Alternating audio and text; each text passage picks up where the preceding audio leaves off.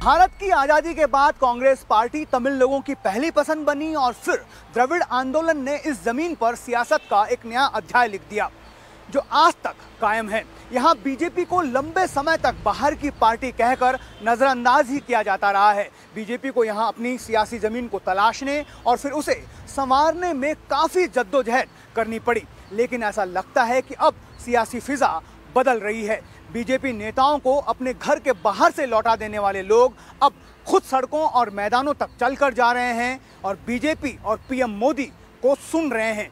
ये भी जानने और समझने की कोशिश कर रहे हैं कि क्या अब तक मोदी और बीजेपी को अहमियत न देकर कहीं उन्होंने अपनी अहमियत तो कम नहीं कर ली है।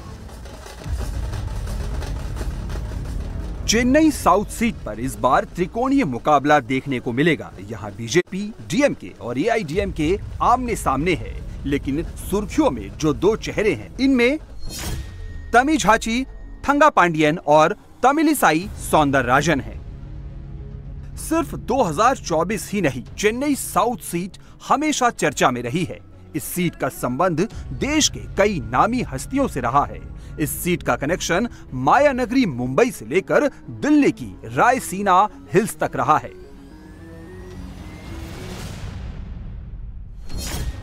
नेहरू कैबिनेट में मंत्री टीटी कृष्णमाचारी 1957 में यहीं से सांसद चुने गए। डीएमके के संस्थापक रहे सीएन अन्नादुरई 1967 में यहां से सांसद निर्वाचित हुए। पूर्व राष्ट्रपति आर वेंकटरमन 1977 और 1980 में यहां से चुनाव जीते। अभिनेत्री वैजयंती माला 1984 और 1989 में यहां से सांसद चुनी गई। चेन्नई साउथ को डीएमके का अभेद किला माना जाता है, शायद इसलिए भी कि द्रविड़ आंदोलन का चेहरा रहे और डीएमके को बनाने वाले सीएन अन्नादुरई भी चेन्नई साउथ सीट का प्रतिनिधित्व कर चुके हैं। लेकिन इस बार यहां मुकाबला एक तरफा नहीं दिख रहा। बीजेपी ஜாயின் करलिए இந்த வாட்டி தென் சென்னையில் என்ன நடக்க போறதுங்க? ரொம்ப இன்ட்ரெஸ்டிங் ஃபைட்டா இருக்கு. தமிழிசைக்கு எவ்வளவு சான்ஸ் இருக்குன்னு உங்களுக்கு நீங்க விரும்புறீங்க? 100% தமிழிசை மேடம் வந்து தென் சென்னையில் வெற்றி பெறுவாங்க. அந்த கல சூழ்நிலையில் வந்து அண்ணாமலை அண்ணா வந்து கடைசி ஒரு 3 வருடங்கள் கடுமையான உழைப்பின் மூலமா என் மக்கள் என் நாடு என் மக்கள் அந்த யாத்ரா மூலமா மக்களை ரொம்ப ஆர்கனைஸ் பண்ணியிருக்கிறாரு। ये कह रहे हैं कि जिस तरह से 2014 में हमने जब पूछा कि क्या तो ये डीएमके का गढ़ है, तो उनका कहना है कि जब कलेंजर करुणानिधि जीवित थे तब ये डीएमके का गढ़ होता था।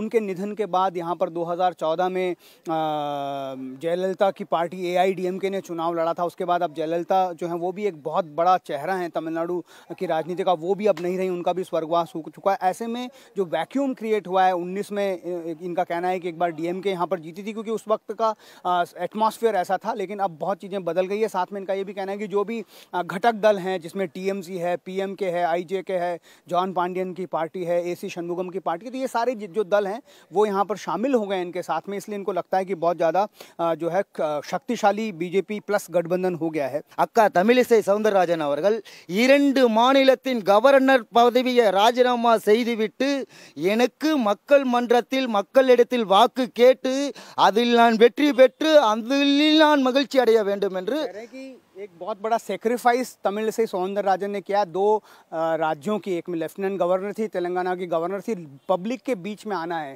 जनता की सेवा करनी है, इसीलिए उन्होंने बड़ा त्याग किया और एक बार फिर यहाँ पर आई है। इसीलिए उनको लगता है कि तमिलिसई सौंदरराजन यहाँ से जीतेंगी। तेलंगाना की पूर्व गवर्नर तमिलिसाई सौंदरराजन को टिकट देकर बीजेपी ने साउथ की पॉलिटिक्स में बड़ा दांव चल दिया है। पहले से ही high profile Chennai south seat को और खास बना दिया है। तेलंगाना और पुडुचेरी का गवर्नर बनने के बाद तमिलिसाई का कद बढ़ा। 2019 का चुनाव थूथुकुडी से डीएमके की कनिमोझी के खिलाफ उन्होंने लड़ा। इस चुनाव में 2,15,934 यानी 21.8% वोट लाकर तमिलिसाई दूसरे नंबर पर रही। तमिलिसाई तमिलनाडु बीजेपी की उपाध्यक्ष और महासचिव रही हैं। कद और अनुभव के लिहाज से तमिलिसाई पर बीजेपी ने दांव लगाया है। Challenger is the present MP from the DMK, ma'am. How you assess her strength? Because they say it is DMK fort in Chennai. You can't defeat DMK in Chennai. DMK fort will be squashed, broken into pieces, because we are having we want our Honorable Prime Minister to be the Prime Minister again, and we are the disciples of him, workers of him. So to support him, definitely South Chennai will support him, and South Chennai will be a part of the success which is going to happen for Modi ji. Madam, they say in 2014 when the entire country was reeling under the tsunami of Prime Minister, Tamil Nadu doesn't deliver the result which wanted by BJP. But now what do you think that has changed in 2024? Today, tsunami is affecting the opponents, not us. So we are always, whenever there is tsunami, whenever floods, definitely central government has helped. People will know that, and definitely they will vote for Lotus. Acceptance of the party in Tamil Nadu has increased, ma'am. You feel that the BJP is now acceptable party because earlier it was said to be a North Indian party, outsider party. How you assess now? You can see the crowd. You can see the crowd, and you can say it is grown, and definitely, and state president has done a hard work. You are winning. Definitely. अब की बार 400 पार के mission में जुटी BJP के लिए south खासकर तमिलनाडु बेहद अहम है। डीएमके के गढ़ में इस बार लोकल लेवल पर भी बदलाव की आवाज सुनाई दे रही है। पर आप फिर बताइए कि ऐसा क्यों लगता है आपको, क्योंकि यहाँ पर कभी भी देखा नहीं, बीजेपी जो है उसको हमेशा बोलते हैं कि आउटसाइडर पार्टी है, नॉर्थ इंडिया की पार्टी है। अभी एक्सेप्टेंस बढ़ गया, अभी लोग पसंद करने लगे। पसंद करने क्योंकि वो बाबर मसूदी फोड़ा ऐसे वैसे बोल के जो मुसलमान आदमी के बीच में झगड़ा चल रहा था, अभी है ना उधर से आके इधर अच्छा करने के लिए सोच रहा। डीएमके को हरा नहीं सकते हैं, ऐसा बोलते हैं। डीएमके को हरा नहीं सकते, बट आके अन्नामले है ना पढ़ लिख के थोड़ा अच्छा बुद्धि से काम कर रहा है, उसलिए जीतने का मौका है। चेन्नई साउथ से अगर तमिलिसाई सौंदरराजन जीतती है तो इससे यहाँ कितना फायदा होगा, इसका गणित भी लगाया जा रहा है। यहाँ पर एक सेंटिमेंट ये भी है कि अगर तमिलिसाई सौंदरराजन जीतती है तो हो सकता है कि अगर मोदी सरकार बनती है तीसरी बार तो वहाँ पर वो यूनियन मिनिस्टर भी होंगी, तो उनके इलाके का विकास भी बहुत ज़्यादा होगा। यही एक बहुत बड़ा कह सकते हैं कि एक चुनावी मुद्दा इसे बीजेपी ने पूरे तमिलनाडु में बनाया। जगह जगह पर वो कह रहे हैं कि अगर आप हमारे उम्मीदवार को जिताएंगे तो चांसेस हैं कि वो यूनियन में मिनिस्टर बने और आपके क्षेत्र का विकास ज़्यादा हो। चेन्नई साउथ सीट में टी नगर विधानसभा है। यहाँ बड़ी संख्या में उत्तर भारतीय रहते हैं। यहाँ भी चर्चा बदलाव की हो रही है। साउथ चेन्नई लोकसभा सीट का एक इलाका वड़पल्ली भी है और इस इलाका जो टी नगर असेंबली कॉन्स्टिट्यूएंसी में पड़ता है, हमें ये बताया गया कि यहाँ पर तकरीबन 20 से 22 हज़ार नॉर्थ इंडियन वोटर्स भी हैं। ऐसे ही कुछ वोटर्स जो यहाँ पर अपना बिजनेस करते हैं हमारे साथ जुड़ रहे हैं। सर, सबसे पहले आपका नाम बता दें। महावीर चंद जैन। महावीर जी, क्या हो रहा है इस बार, क्या होगा साउथ चेन्नई लोकसभा सीट पर आपको लगता है? सर, साउथ चेन्नई का अगर आप हिस्ट्री देखेंगे तो 70% पहले डीएमके आती थी, 30% अभी एडीएमके आ रही थी, और यहाँ पर बीजेपी के नेता हर बार खड़े रहे होते हैं लेकिन हारते हैं।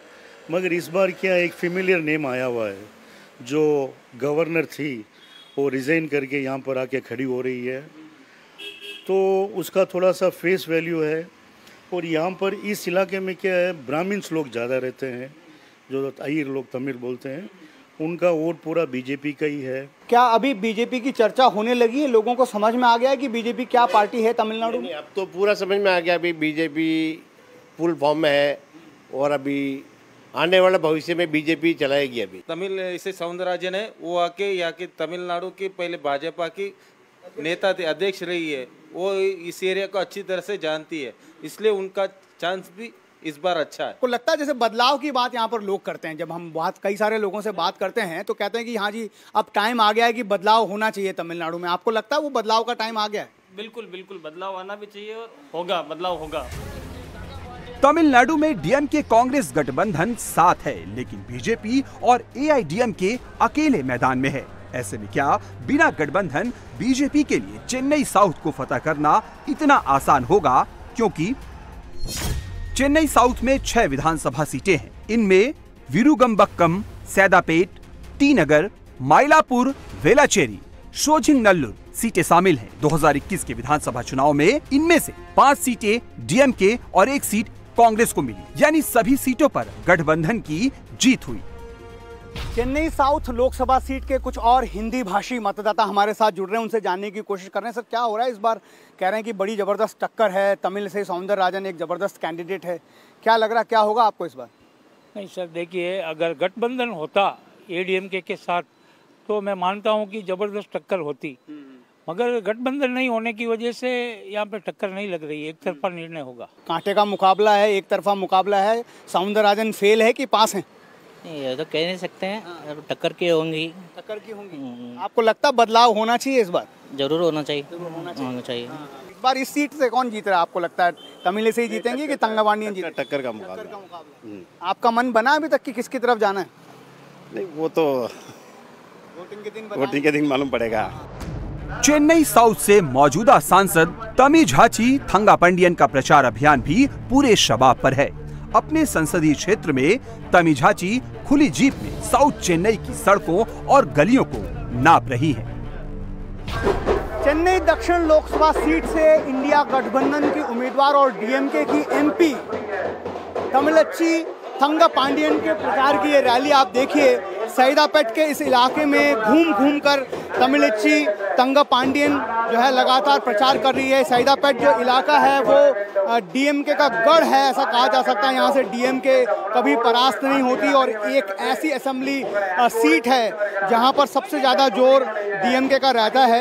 यही वजह है कि अपने प्रचार के दौरान इस इलाके को शामिल करने में तमिलच्ची थंगापांडियन जो वो पीछे नहीं रहती हैं और बहुत ज़बरदस्त यहाँ पर कह सकते हैं कि एक उत्साहजनक वेलकम जो है थंगापांडियन का देखा जा रहा है। पूरे तमिलनाडु की तरह चेन्नई साउथ में भी राष्ट्रवाद को लेकर बीजेपी डीएमके आमने सामने है।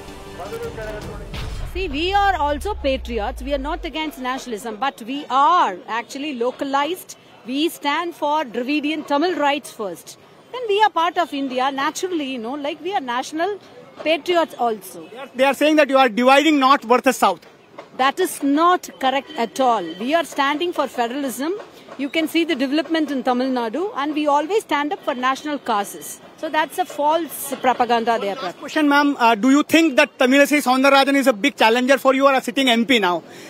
Nobody is a big challenge because I have this strength of all the welfare measures done by our Honorable Chief Minister. So we are facing people with what we have done. So it's not a challenge at all. Thank you. Chennai south में किसी के लिए भी मुकाबला एक तरफा नहीं है। हालांकि गवर्नर की कुर्सी छोड़कर तमिलिसाई सौंदरराजन के मैदान में कूदने से यहां मुकाबला जरूर रोचक हो गया है। लोकसभा सीट है चेन्नई साउथ की, वहां से वो उम्मीदवार हैं और बहुत कह सकते हैं कि लगातार कोशिश बीजेपी इस सीट को लेकर कर रही है। 2019 के बाद से ही यहां पर काम जो है वो शुरू कर दिया गया था। डीएमके का गढ़ ये सीट रही है, इस वजह से इस गढ़ को तोड़ना तमिलिसाई के लिए एक बहुत चैलेंज हो सकता है, बहुत बड़ी चुनौती हो सकती है। लेकिन जिस तरह से इस बार तैयारियां की गई है पार्टी की तरफ से, जिस तरह से गठबंधन जो छोटे छोटे दलों को उनको गठबंधन का यहाँ पर हिस्सा बनाया गया है, उससे बीजेपी की जो है उम्मीदें बहुत ज़्यादा बड़ी भी लगती हैं। यही वजह है कि तमिलिसाई सौंदरराजन जो हैं वो बहुत मेहनत के साथ यहाँ पर इस लोकसभा सीट पर अपनी प्रत्याशी जो बनी हैं और लगातार यहाँ पर काम करती हुई नजर आ रही हैं। यहीं की निवासी हैं, चेन्नई साउथ की ही वो रेसिडेंट्स हैं, इसीलिए वो लगातार ये कहती हैं कि वो यहीं पर रहती हैं। हालांकि वो रहने वाली कन्याकुमारी की हैं। जो कुमारी अनंतन कांग्रेस के बड़े लीडर थे, सीनियर लीडर, उनकी बेटी हैं। लेकिन अब वो बीजेपी में रहते हुए यहाँ पर उन्होंने अपनी पढ़ाई की, डॉक्टरी भी यहीं पर उन्होंने की। उसके बाद जब वो यहाँ से बीजेपी का जो मेडिकल विंग है उसकी साउथ चेन्नई की प्रेसिडेंट के रूप में उन्होंने अपने पॉलिटिकल जीवन की शुरुआत की और उसके बाद वो पार्टी प्रेसिडेंट और नेशनल सेक्रेटरी तक पहुंचे। उसके बाद उन्हें गवर्नर तेलंगाना का बनाया गया। तो ऐसे में ये कह सकते हैं कि तमिलिसाई सौंदरराजन पर एक बहुत बड़ी जिम्मेदारी भी है पार्टी को चेन्नई में डीएमके के इस अभेद किले को तोड़कर बीजेपी की जीत यहाँ पर वो दर्ज करवाएं और इसी दिशा में कह सकते हैं कि वो बहुत ज़्यादा मेहनत करती हुई भी नज़र आ रही हैं।